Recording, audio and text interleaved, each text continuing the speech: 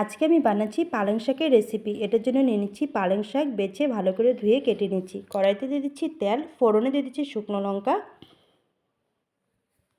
এখন দিয়ে দিচ্ছি কালো জিরে, দিয়ে দিচ্ছি কেটে রাখা আলু। আলুটা ভালো করে ভেজে নিচ্ছি। এখন দিয়ে দিচ্ছি কড়াইশুঁটি আলু ভালো করে ভেজে নিব। দিয়ে দিচ্ছি হলুদ গুঁড়ো, স্বাদ মতো নুন, দিয়ে দিচ্ছি কাঁচা লঙ্কা। কড়াইশুঁটি আলু ভাজা হয়ে গেছে, এখন দিয়ে দিচ্ছি কেটে রাখা পালং শাক। পালং শাক ভালো করে ভেজে নিব। দিয়ে দিচ্ছি চিনি,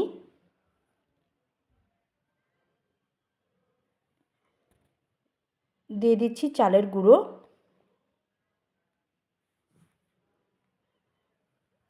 পালং শাক হয়ে গেছে, নামিয়ে নিচ্ছি। পালং শাকের রেসিপি হয়ে গেছে।